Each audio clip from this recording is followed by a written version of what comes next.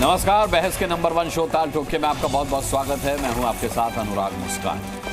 देखिए, महाकुंभ अपने पूरे रंग में नजर आ रहा है। सनातन की भव्यता पूरी दुनिया देख रही है।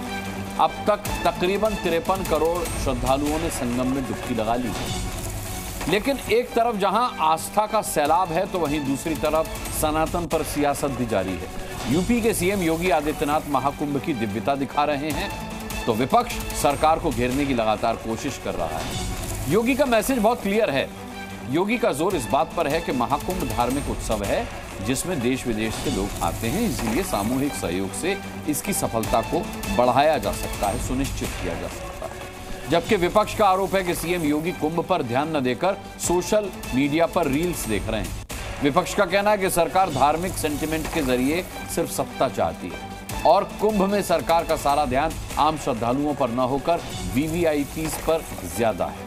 महाकुंभ के समापन में अब सिर्फ 9 दिन का समय शेष रह गया है, लेकिन इतना सियासी क्लेश आखिर क्यों मचा हुआ है? इसी मुद्दे पर आज ताल ठोकेंगे और बड़ी बहस करेंगे। अपने साथ मौजूद मेहमानों से सवाल पूछेंगे। आपको बता दूं आज हमारे साथ कौन कौन से मेहमान इस पैनल में जुड़ रहे हैं। हमारे साथ भारतीय जनता पार्टी के प्रवक्ता प्रदीप भंडारी जुड़ चुके हैं। समाजवादी पार्टी के प्रवक्ता प्रदीप भाटी हमारे साथ आज इस बहस का हिस्सा होंगे। कांग्रेस के प्रवक्ता शुभ्रांश राय हमारे साथ जुड़ चुके हैं। इसके अलावा एमआईएम के प्रवक्ता हाजिर अंग्रेज हमारे साथ जुड़ चुके हैं। वीएचपी के प्रवक्ता विजय शंकर तिवारी आज इस डिबेट का हिस्सा होंगे।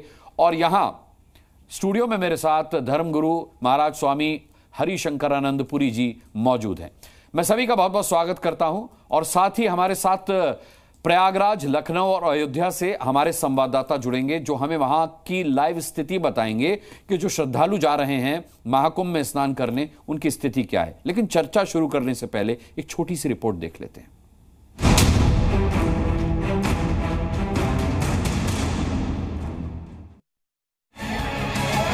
भारतीय जनता पार्टी ने ऐसा प्रचार किया है कि पहले कभी कुंभ नहीं होता था।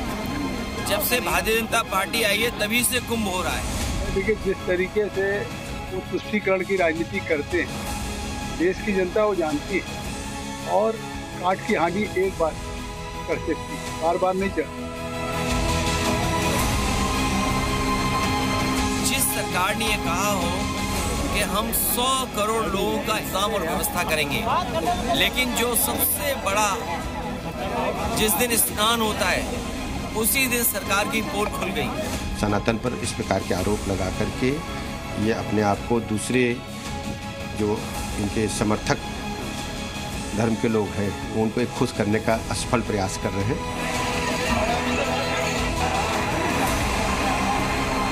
ये डबल इंजन की सरकार नहीं है, डबल ब्लंडर की सरकार है। मुख्यमंत्री जी कुंभ पे ध्यान नहीं दे रहे हैं, सोशल मीडिया पे आजकल समय गुजार रहे हैं। सुनने में तो ये आ रहा है कि रील्स देख रहे हैं मुख्यमंत्री जी।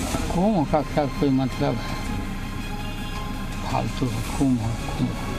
सरकार सिवाय धार्मिक सेंटिमेंट्स के जरिए सत्ता हासिल करने के कोई दूसरा काम नहीं करना चाहती।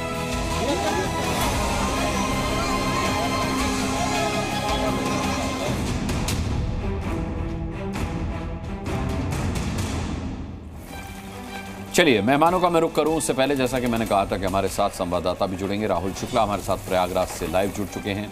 प्रवेश पांडे हमारे साथ अयोध्या से लाइव जुड़ेंगे और प्रीति श्रीवास्तव लखनऊ से हमारे साथ लाइव जुड़ चुकी हैं। सबसे पहले हम रुख करते हैं प्रयागराज का। राहुल शुक्ला, आप देख रहे हैं क्या स्थिति है। हमने बिहार के स्टेशन का हाल भी दिखाया, नई दिल्ली के स्टेशन का हाल हमने देखा, दुर्भाग्यपूर्ण स्थिति वहां पर बनी। मैं आपसे जानना चाहता हूं प्रयागराज में इस वक्त क्या स्थिति है। 9 दिन शेष बचे हैं। जाहिर सी बात है कि होड़ लगी हुई है कि कौन पहले पहुंचकर डुबकी लगाए वहां पर।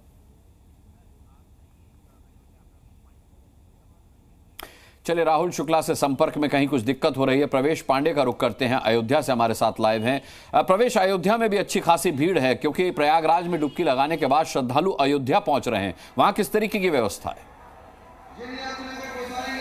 बिल्कुल, आपको बता दें कि जिस तरीके से रामनगरी में श्रद्धालुओं की भीड़ है, यात्रियों का जो आवागमन है वो लगातार जारी है। लेकिन अयोध्या की बात करें, अयोध्या धाम के रेलवे स्टेशन की बात करें या कैंट की बात करें, तो यहाँ पर जो होल्डिंग एरिया बनाया गया है, श्रद्धालुओं को ज़्यादा संख्या में वहीं रोका जाता है और जब ट्रेन पहुंचती है तो धीरे धीरे श्रद्धालुओं को वहां पर बैठाया जाता है। यह कह सकते हैं कि लगातार अयोध्या धाम और कैंट रेलवे स्टेशन पर श्रद्धालुओं की भारी संख्या में आगमन जारी है। भर भर के ट्रेनें अयोध्या आ रही हैं।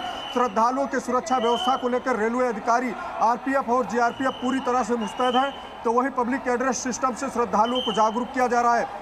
ट्रेन लेट होने या श्रद्धालुओं को समय से पहले पहुंचने पर प्रतीक्षालय या फिर होल्डिंग एरिया में उनको रोका जा रहा है, जिससे स्थिति ना बिगड़े। यही नहीं, आरपीएफ के अधिकारी खुद समय समय पर श्रद्धालुओं को उनके ट्रेन के बारे में जानकारी दे रहे हैं। पिछले 1.5 महीने से जिस तरीके से लाखों की संख्या। बिल्कुल प्रवेश, लौटेंगे आपके पास अगर समय रहा तो। बाकी दो संवाददाताओं का भी हम रुख करेंगे, लेकिन अब डिबेट की शुरुआत करते हैं प्रदीप भंडारी के साथ। प्रदीप, आपने अखिलेश यादव को सुना, उन्होंने साफ तौर पर कहा कि डबल इंजन की सरकार नहीं है, डबल ब्लेंडर की सरकार है। सवाल यह है कि विपक्ष को हमलावर होने का मौका इसलिए मिल रहा है क्योंकि अव्यवस्थाएं सामने आ रही हैं। अगर अव्यवस्थाएं नहीं होती तो हादसे हो जाने के बाद उन्हें व्यवस्थित करने के लिए पूरा प्रशासनिक अमला, पूरा सरकारी अमला नहीं जुटता।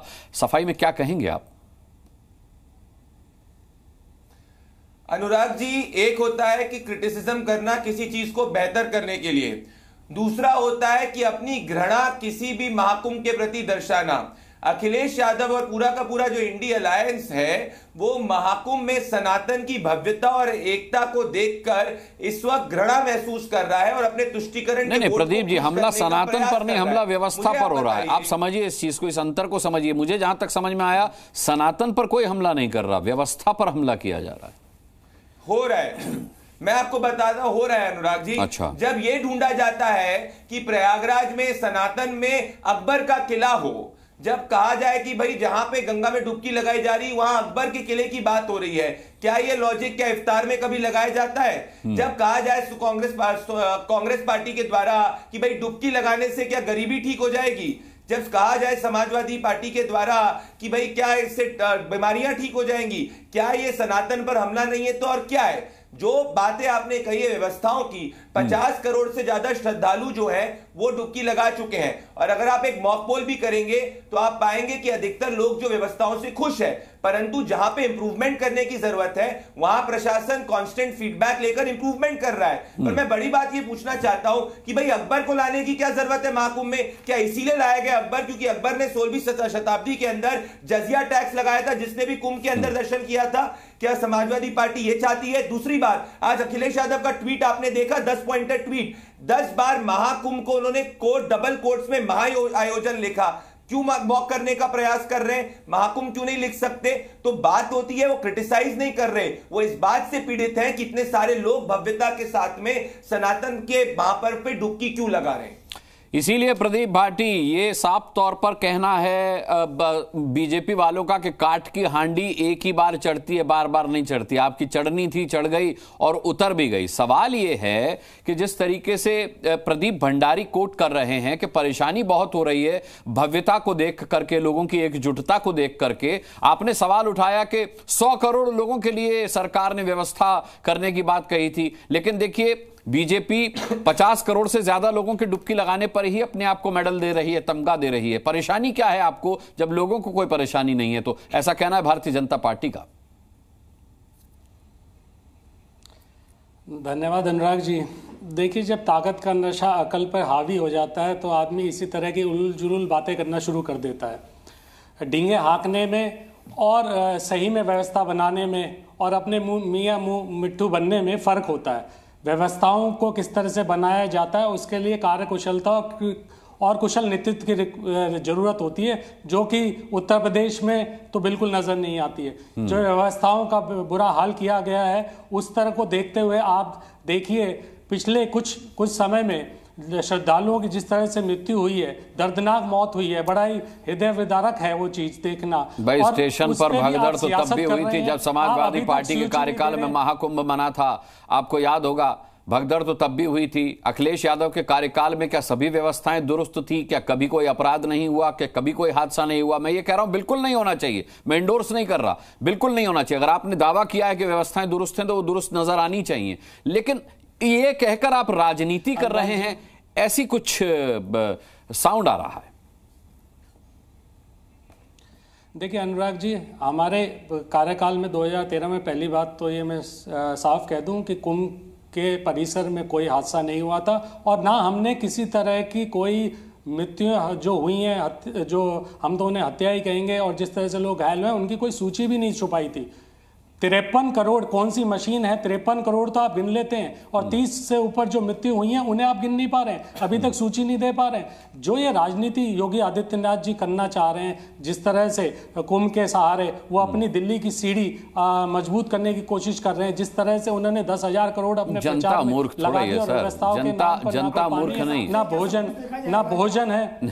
मैं आता हूं, बिल्कुल नहीं, महाराज जी मैं आता हूं आपके पास। प्रीति से मैं प्रदीप भाटी जी में लौटता हूं, दिखाई भी दे रहा है जी। अभी उससे पहले एक और बात उससे पहले ये देखिए कितनी नासमझी है, ये भी मैं बता दूं। अभी ये बात कर रहे थे अकबर के किले की, अरे जो आपके पास जगह पड़ी है और साथ लगी हुई जगह पड़ी है जहां पे व्यवस्थाएं बढ़ सकती है, तो मैं ताजमहल थोड़ी बताएंगे अकबर में अगर साथ प्रदीप भाटी जी जब इफ्तार में पार्टी करने जाते हैं तब आपको सनातन याद आता है?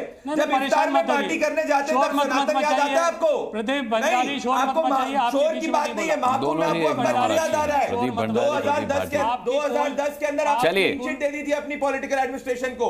2010 हो जाते हैं, इनकी पोल खुलने लग जाती है, जिस तरह से इन्होंने लोगों की हत्याएं करी हैं और अपनी गंदी ओछी राजनीति जो महाकुंभ के ऊपर कर रहे हैं, लोगों के साथ जो हत्याएं हो रही हैं उनको छुपा के कर रहे हैं, लोगों की पीड़ा इनको समझ में नहीं आती। आप लोगों ने क्या कर रहे हैं? 2010 के अंदर आपने अपनी पैसे देके खरीदने दिया था, और यहाँ बात कर रहे इफ्तार करने जाते थे, इफ्तार करने गए थे, तब अकबर याद आया था, तब याद आया था महाकुंभ के अंदर आपको, तब महाकुंभ में याद आया था। प्रदीप भाटी जी अकबर को याद करेंगे आप?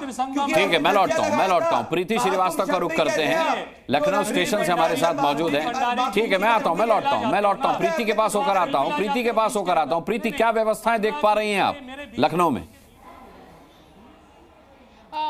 देखिए, इस समय मैं चारबाग रेलवे स्टेशन पे मौजूद हूँ और यहाँ की तस्वीरें मैं आपको सबसे पहले यहाँ पे दिखा देती हूँ अपने दर्शकों को कि किस तरीके से यहाँ पर जो लोग हैं, जो यात्री हैं, वो यहाँ पर मौजूद है और काफी ज्यादा भीड़ जो है वो आप यहाँ पर देख पा रहे होंगे। अगर मैं व्यवस्थाओं की बात करूँ तो यहाँ पर इन्होंने व्यवस्थाएं तो कर रखी है, लेकिन कहीं ना कहीं कमी जरूर नजर आ जाती है, क्योंकि इतने ज्यादा लोग हैं जो लगातार जो है वो यात्रा कर रहे हैं और ट्रेन जो है वो लगातार लेट हो रही है, जिसकी वजह से ये जो भीड़ है ये आप देख पा रहे होंगे, जो लगातार जो है वो भीड़ जो है वो बढ़ती जा रही है। और ये शाम का वक्त है तो यहाँ पर थोड़ी जो पब्लिक है वो थोड़ी कम है और वीकडेज का है इस वजह से, लेकिन उसके बावजूद ये पूरा रेलवे स्टेशन आप एक बार नजर घुमा के मैं अपने दिखाऊं कि मेरे जो कैमरा पर्सन है वो यहाँ की तस्वीरें दिखाऊं। ये प्लेटफॉर्म नंबर 1 है चारबाग रेलवे स्टेशन का, और ये यहाँ पर आप भीड़ का आलम देख सकते हैं। इन लोगों का कहना है कि ये लोग काफी देर से यहाँ पे ट्रेन का वेट कर रहे हैं, क्योंकि ट्रेन जो है वो लगातार लेट हो रही है। यहाँ पर लोगों से बात कर लेते हैं और जानते हैं कि इन लोगों का क्या कहना है। ये बताओ, क्या व्यवस्थाएं हैं यहाँ पे सही से, आप लोगों को सही जानकारी मिल पा रही है समय पे? नहीं मैम, जैसे समय पे ये ट्रेनें लेट चल रही है मैम, बहुत सारी ट्रेनें कैंसिल हो जा रही है, और प्लस में मैम ये जो दिल्ली में भगदड़ मची है उसकी वजह से मैम बहुत लोग डर से ट्रेवल भी नहीं कर पा रहे हैं। ये बताइए, यहाँ पे व्यवस्थाएं कर रखी है, क्या जानकारी मिल रही है समय से, कोई दिक्कत तो नहीं हो रही है? मैम ये जो ट्रेन हादसा हुआ बहुत दुखद हुआ है मैम। यहाँ पे व्यवस्थाएं कैसी है? मैम थोड़ा सा कम है, लेकिन और होना चाहिए सही से व्यवस्था। ठीक है, शुभ्रांश राय का मैं रुख करता हूं। प्रीति, आपको बहुत बहुत धन्यवाद करना चाहूंगा इस तमाम जानकारी के लिए, लोगों से बात कराने के लिए। शुभ्रांश राय जी, देखिए, लोग मानते हैं कि भीड़ है, इस वजह से कहीं ना कहीं अव्यवस्थाएं हो जाती हैं, लेकिन बावजूद उसके वो घर नहीं बैठे हैं, बावजूद उसके उन्हें स्नान करने के लिए, डुबकी लगाने के लिए कुंभ में जाना है। राजनीतिक पार्टियों की भूमिका ऐसे में क्या होनी चाहिए? ये पूरे हिंदुस्तान का उत्सव है, ये पूरे हिंदुस्तान का महाआयोजन है, क्या इस पर राजनीति होनी चाहिए? अनुराग तीर्थों का राजा कहा गया है कि वो प्रयागराज नहाए, दर्शन करे।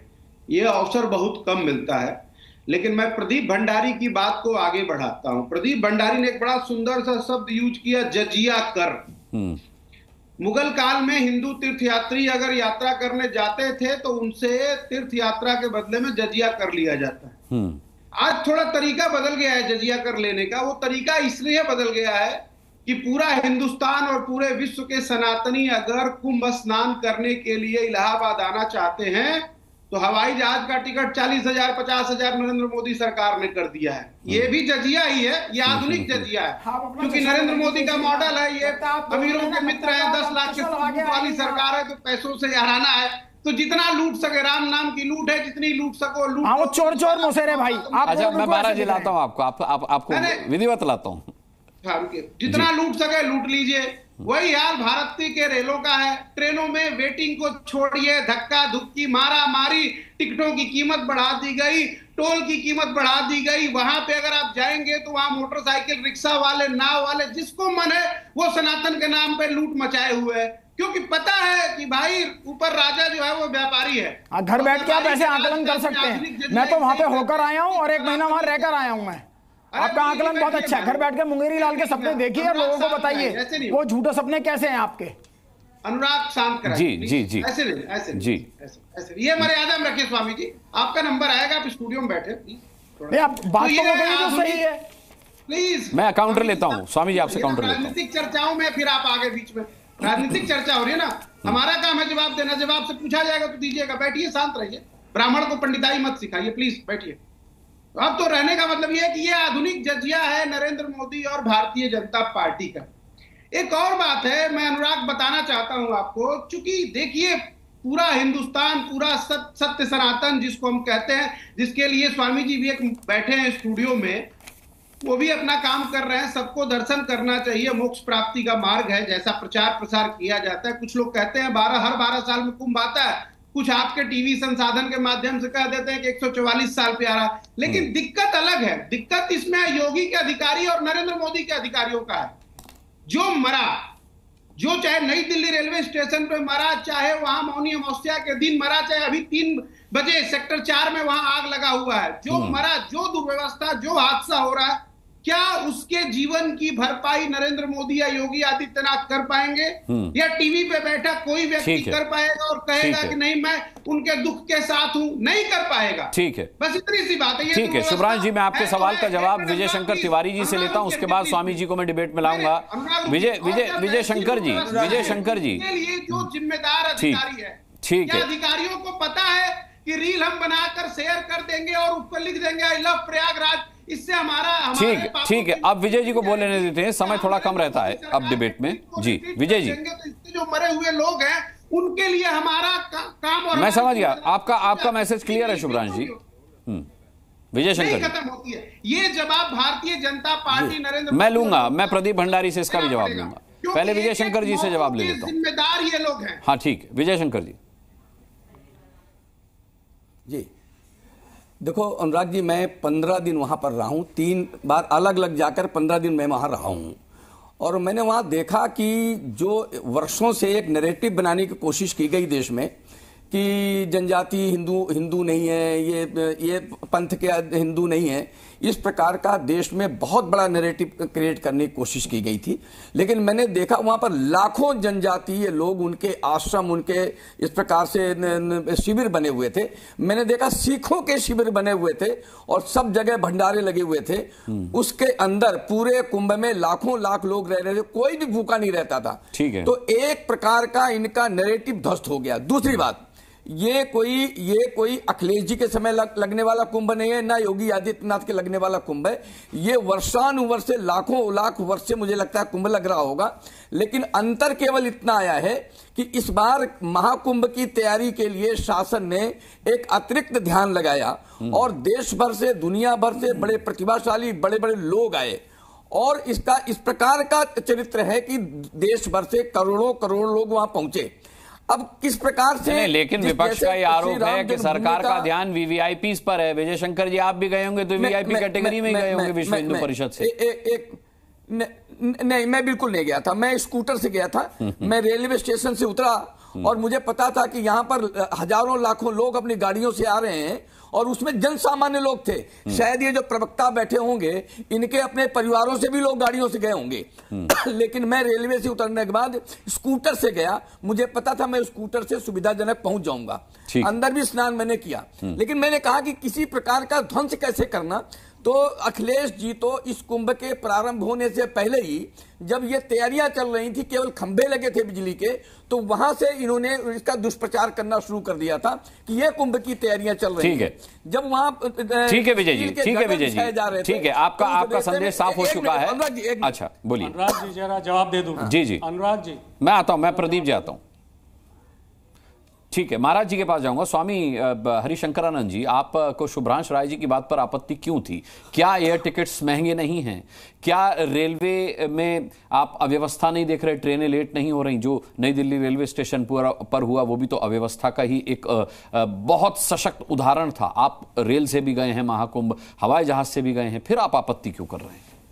देखिए, सबसे बड़ी बात यह है कि अपनी बात को कहने का तरीका, जो मैंने इनकी बात को सुना और जो ये कहना चाह रहे हैं और दर्शाना चाह रहे हैं, वो सिर्फ और सिर्फ एक, ये दोनों जो पार्टी के प्रवक्ता हैं ये एक ही चश्मे से देख रहे हैं। फर्क सिर्फ इतना है कि एक काले चश्मे से देख रहा है तो दूसरा पीले चश्मे से देख रहा है। मैं खुद बिना टिकट, बिना रिजर्वेशन वाली ट्रेन में मैं गया, क्योंकि इमरजेंसी मेरे को थी। मैं आया, मैंने व्यवस्था देखी, हाँ कुछ दिक्कत है। अब जो व्यवस्था एक 100 लोगों के लिए बनाई गई और वहां पे 1000 लोग अचानक से आ जाएगा तो थोड़ी बहुत अव्यवस्था तो जरूर होती है। लेकिन मैं इस बात को आपको कहूंगा, प्रदीप भाटी ने पहले कहा कि 100 करोड़ का इंतजाम करने का दावा किया था, अभी तो 50 बिल्कुल किया था। मैं आपको बताता हूं। तो फिर आपने ये कैसे कह दिया कि जहां 100 का इंतजाम था वहां 1000 पहुंच गए? नहीं, मैं उसका मैं आपको उदाहरण देता हूं। मैं स्वयं से स्नान भी करा, मैं कुंभ मेले में भी घूमा, मैं सरकार की व्यवस्थाओं को भी मैंने देखा और जितने सुव्यवस्थित तरीके से वहां व्यवस्थाएं थी, चाहे वो सफाई की व्यवस्था हो, चाहे स्टेशन से यात्री को बाहर लाने की या स्टेशन के बाहर से यात्री को ट्रेन तक ले जाने की, 1000 नहीं, कम से कम 5 से 7,000 कुर्सियां मैंने प्रयागराज स्टेशन पे देखी, जहां लोगों को रोका गया, बताया गया आप यहां विराम करें और जब आपका ट्रेन का अनाउंसमेंट आएगा तब उसके बाद बारी बारी आप चलेंगे। रिजर्व वालों के लिए अलग व्यवस्था दी उन्होंने और जिनके पास अनरिजर्व टिकट था उनके लिए उन्होंने अलग व्यवस्था दी। मैंने वहां पे किसी भी प्रकार की कोई भगदड़, किसी भी प्रकार की अव्यवस्था नहीं देखी। हाँ, दिल्ली में जरूर ये सुनने में आया, देखने में आया। और इसमें मैं आपको एक चीज और बहुत क्लियर कर दूं, इन्होंने मौतों की भी बात करी कि वहां पे मौतें भी हुई। वहां पे मौतों के लिए मैं खुद जूसी से क्रॉस करके पीपा पुल के आगे में था और मैं इसका भुक्तभोगी हूं। वहां पे कुछ चंद फिरक्काप्रस्त लोगों ने इस तरीके का वातावरण बनाया जो लगता था कि साफ इन दोनों जो काले और पीले चश्मे के साथ में देखते हुए बयान कर रहे हैं और उसमें मेरे को चोटें भी आई। मैं भुक्तभोगी हूं। अगर आप कैमरा दिखाएंगे तो मैं आपको दिखाता हूं। ये देखिए, ये मेरे पैर में ये निशान है और ये देखिए, मैंने वहां पे लोगों की सहायता भी करी। मैंने वहां पे किस तरीके से प्रोटेक्ट किया जाता है वो भी किया। हाँ, थोड़ी सी अव्यवस्था जरूर कहीं ना कहीं ऐसी हो जाती है, उसे मैं मानता हूं। ठीक है, मैं हाजी रंगरेज साहब को लाता हूं। समय रहा तो आप लोगों के पास दोबारा आऊंगा। हाजी रंगरेज, जैसे हज यात्रा में सरकार किसी की भी हो, राजनीतिक पार्टी कोई भी हो, सब सहयोगात्मक रवैया अपनाते हैं यात्रियों के लिए, श्रद्धालुओं के लिए। क्या यह बेहतर नहीं होता कि इस मौके पर सभी राजनीतिक पार्टियां एक होकर के काम करती? अगर कोई अव्यवस्था भी है तो उसको दूर करने के सुझाव दिए जाते, बजाय इसके कि राजनीति की जा रही है। जैसे कुंभ की शुरुआत हुई अनुराग भाई, तो उन्होंने कहा कि मुसलमान को यहाँ पे दुकान नहीं लेने देंगे, मुसलमानों को घुसने नहीं देंगे। मगर जब वहाँ पर भगदड़ हुई तो मुसलमानों ने अपनी मस्जिदें खोल दी, अपना दिल खोल दिया। उन्होंने हर काम की मदद मुसलमानों ने वहाँ पर कुंभ में जो भगदड़ हुई थी उन लोगों की पहुंचाई उन तक। और जो अर्थव्यवस्था की बात जो लगातार हो रही है वो तो पहले दिन से ही हो रही है। हम तो अब जाग रहे हैं, पहले दिन से ही वहां पर जो लोग खुले में सोए, उनको सर्दियों में मरे बहुत सारे लोग। सर, आप गलत बात कह रहे हैं। वहां पर इंतजाम नहीं है। 5-5 किलो नहीं बात कह रहे हैं। अरे रुक जाइए यार। आपने आपत्ति आपके इस शब्द से मुसलमानों ने वहां पे व्यापार नहीं करने दिया। मुसलमानों ने वहां पे व्यापार किया और मैंने खुद वहां से एक कालीन खरीदा है। अशफाक नाम का एक व्यक्ति था जो बदोई का कालीन बेच रहा था। आप कैसे कहते हैं कि इस तरीके के इल्जाम देते हैं? बदतमीज लोग। इस तरीके के आप शब्दों के इस्तेमाल की इजाजत नहीं देता, वो केवल अपना अनुभव बता रहे हैं। सर मैं प्रैक्टिकल मैं उनका अनुभव सुन रहा था और चाहता था आप तक भी पहुंच जाए। आप बोलिए। देखिए, मैं कह रहा हूं जिस तरीके से वहां पर बताया गया, मुसलमानों ने तो दिल खोल के वहां पर बताया गया, सुना गया, देखा गया। ये मत करिए सर, प्रैक्टिकल पे आइए। प्रैक्टिकल पे मैंने खुद 3 मुसलमानों से मुलाकात करी। जानकारी जो है ना, हाजी रंगरेज साहब से मैंने मुलाकात करी और उनका ये कहना था कि हमें अलाउ है, हम ये काम कर रहे हैं, जिसका प्रमाण हो। वहां पे मुंह जिहाद, थूक जिहाद वालों की बिल्कुल एंट्री नहीं है। लफ जिहाद वालों की एंट्री नहीं है। 5 किलो। अरे इनको तो चुप करिए। चुप क्या करिए? जो आप कह रहे हैं वो गलत कह रहे हैं। मैं कैसे ना कहूं आपको ये वाली बात? मैं प्रैक्टिकल आदमी, मैंने वहां पर देखा है किस तरीके से मुसलमान आगे भाटी के सवालों का जवाब भी दे। आपने कैसी अर्थव्यवस्था फैलाई वहां पर? कौन कह रहे हैं अर्थव्यवस्था फैलाई? अर्थव्यवस्था फैलाई उन लाल टोपी वालों ने। इसका जीवन ज्वलंत उदाहरण मैं हूं। मैंने देखा वहां पे किस तरीके के नारे लगे जूसी के ऊपर। क्या बात करते हैं आप? क्या अनुराग भाई ऐसे डिबेट हो? अच्छा ठीक है, नहीं आप बोलिए। अब आपकी बात पर आपत्ति कर रहे थे, चलिए ठीक है। महाराज जी आप बोल लेते थे। हाँ जी, बोलिए आप। हाँ जी साहब बोलिए। मेरा कहना है, जब आपने इतना प्रचार प्रसार किया और आपने कहा कि 1 करोड़ लोग रोजाना आ रहे हैं, तो आपको उसके हिसाब से अर्थव्यवस्था भी बनानी चाहिए थी, जो कि नहीं बना पाई। सरकार को तुरंत जो है वहां पर अपना जो है योगी जी को जो है अपना इस्तीफा दे देना चाहिए। वहां भगदड़ हो गई और एक बार नहीं कई बार हुए, मौतों के आंकड़े छुपाए गए, वहां पर अर्थव्यवस्था के आंकड़े छुपाए जा रहे हैं, वहां मीडिया वालों को भी नहीं जाने दिया जा रहा, जो अगर जो सच्चाई दिखाते हैं उनको मारा गया, वहां TV9 के कई सारे लोगों को पीटा गया, कई पत्रकारों को पीटा गया, अगर वो सही रिपोर्ट दिखा रहे थे। तो ये तो तानाशाही चल रही है, मैं तो कह रहा हूं तानाशाही। आप बड़ा बड़ा ढोल पीटते हैं मगर जमीन पे आपका कोई काम नहीं होता। ठीक है प्रदीप, ठीक है प्रदीप भाटी कुछ कहना चाह रहे हैं, उनकी बात लेकर के मैं प्रदीप भंडारी से सवालों के जवाब लूंगा। प्रदीप भाटी संक्षिप्त रहिएगा। वो जो उसके हक में इतनी सफाई देता है, सबको मालूम है कि वो किस तरफ दिखाई देता है। देखिए, जहाँ जिस तरह से कुंभ की बात हो रही है, कुंभ में अलग अलग व्यवस्थाओं की बात हो रही है, कोई मानने को तैयार नहीं है। अब वो किस तरह से लोगों की मृत्यु हो गई उस पर भी वो मानने को तैयार नहीं है, उस पर भी सियासत करने को तैयार है। ये जो यूपी की जो तबाही चाहते हैं, वो हमसे खैर खवाई चाहते हैं। उन जो मुजरिम हैं हमारे, वो हम ही से सबूते बेगुनाही चाहते हैं। अब उत्तर प्रदेश में खुद वहाँ के मेला प्रबंधक ने ये बोल दिया कि किस तरह से किस कारण से हुई है व्यवस्था, किस कारण से मौतें हुई, वो आके यहाँ पे भ्रमित बातें ना फैलाएं। बात हो रही थी जजिया टैक्स की, तो टैक्स तो पहली बार हमने देखा नदी के अंदर लगा रही है उत्तर प्रदेश की सरकार। टोलों पे टैक्स लूटा जा रहा है। अब मैं ऑफिशियल जवाब ले 500 रुपए में मोटरसाइकिलों से मैं 100 रुपए में भी स्नान कर आया हूँ। अनुराग भाई, हाँ ये बात मैं मानता हूँ कि लोगों ने 500 दिया या 1000 दिया, ये बात मैं मानता हूँ। क्या बात आप कहते हैं? ये 100 रुपए में स्नान करा, 200 रुपए में स्नान करा, 500 रुपए में भी लोगों को स्नान कराएगा। महाराज जी को लगता है कहां से लेकर आ रहे हैं भंडारी? कौन से आंकड़े आपके पास? ठीक है, अब देखिए, अब ऑफिशियल जवाब ले लेते हैं। प्रदीप भंडारी, जजिया की आपने बात की, दे दीजिए। शुभ्रांश राय का कहना है कि भाई आप देके दिखाइए। मैं आंकड़े तो आपको बता रहा हूं, अरे आंकड़े आपको कुछ पता है कितने लोग मरे? आप भूल गए कि वहां पे जब एयर स्ट्राइक हुई उस वक्त भी आपके शब्द क्या थे आपके नेताओं के, और आज भी आपके शब्द क्या हैं? आप ठीक है, महाराज जी अरे आप सूची जारी कर दो। ठीक है, अब नहीं तो इनसे समय खत्म हो जाएगा। प्रदीप भंडारी का जवाब बहुत जरूरी है। जजिया की आपने बात की, प्रदीप भंडारी, शुभ्रांश जी का कहना है कि जिस तरीके से अव्यवस्थाएं हैं, जिस तरीके से एयर टिकट्स महंगी हैं, ट्रेन टिकट्स महंगी हैं, जो वहां पर लोग नाव चलाते हैं वो मनमाना पैसा वसूल कर रहे हैं, तो ये भी तो जजिया है। और क्या सरकार की व्यवस्था इस तरफ नहीं होनी चाहिए थी? क्या आप 100 करोड़ का दावा करके 50 करोड़ को भी नहीं संभाल पाए?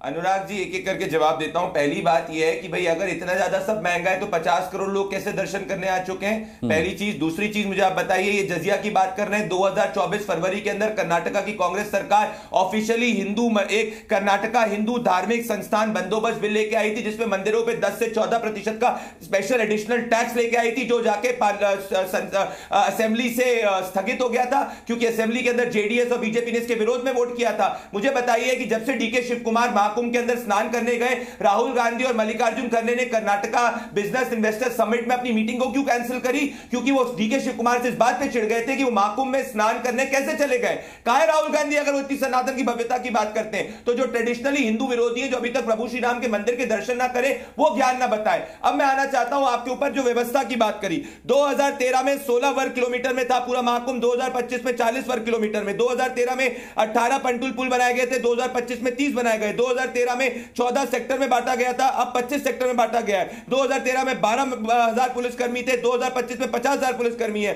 2013 में 34,000 टॉयलेट थे, 2025 में 1.5 लाख टॉयलेट है। 2013 में 12 करोड़ लोग आए थे, अब 50 बातें बना रहे हैं। यहाँ पे 16 पुल बनाए, 23 पुल बनाए, लोगों की मृत्यु हुई है उसमें। आप यहाँ पे आके पुल गिना रहे हैं। 500 मैं होकर आया हूँ, मैंने उन पुलों पे पैदल चलकर देखा है। क्या बात कहते हैं आप लोग? बीच में कहां से क्या क्या सीख के आप आ जाते हैं, चैनल के ऊपर बोलना शुरू कर देते हैं। आप सीरियसली वो आंकड़ा सही कह रहे हैं आप, इसका जीवन जीवन उदाहरण हूं मैं। चाहे वहां पे कुंभ में और आप यहाँ के बता रहे कि 16 की 23, अरे आपने 1000 करोड़ तीन लोग बोल रहे हैं शुभराम जी बीच में, आप क्या बोलेंगे और क्या ही सुना? आपने 30,000 करोड़ का 10,000 करोड़ का इंतजाम, आइए पहले स्नान करिए, फिर उसके बाद आप कुछ बोलिए, तब ज्यादा अच्छा लगेगा आपको कुछ भी कहना। लगा दिया और आप यहाँ के, मैंने इतने कुंभ स्नान कर लिए, ऐसी व्यवस्था मैंने आज से पहले नहीं देखी, और दिन ब दिन ये व्यवस्था अच्छी होती जाएंगी और होती ही रहेगी। तो लोगों की मृत्यु कैसे हुई ये बताइए। आज आपको तकलीफ सबसे बड़ी ये है कि ये सनातन को मजबूती दे रहे हैं। ठीक है, आपकी तकलीफ का कारण है कि इस तरीके का दावा प्रदीप भंडारी कर रहे हैं। मुझे लगता है कि अब किसी भी तरीके की अव्यवस्था की खबर सामने नहीं आनी चाहिए, ना अव्यवस्था होनी चाहिए और ना ही किसी की दुर्घटना अब इस तरह महाकुंभ से जुड़ी हुई सामने हमारे आनी चाहिए। यही हम कामना करते हैं सरकार से, यही हम उम्मीद करते हैं। आज का समय इतना ही था ताल ठोक के का। मैं सभी पैनलिस्ट का बहुत बहुत धन्यवाद करना चाहूंगा, आप दर्शकों का भी ताल ठोक के देखने के लिए बहुत बहुत धन्यवाद करना चाहूंगा। कल शाम 5 बजे फिर एक मुद्दे पर ठोकेंगे ताल, पूछेंगे सवाल। तब तक के लिए अपना बहुत बहुत ख्याल रखिएगा। मुझे इजाजत दीजिए, नमस्कार।